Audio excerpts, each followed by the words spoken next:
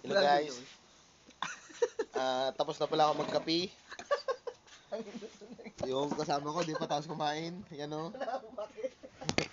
Talagis talaga.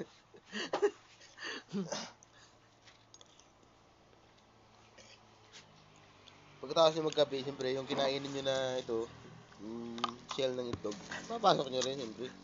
Ligpit yun mo ba? Ugasan mo rin yan ng kinainan mo. Dahil, may nakikita ka dito ngayon, no? Self-service. Talagis talaga. Vlogger ang puta.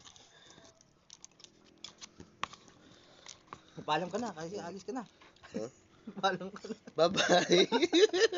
Paalam ka na maayos.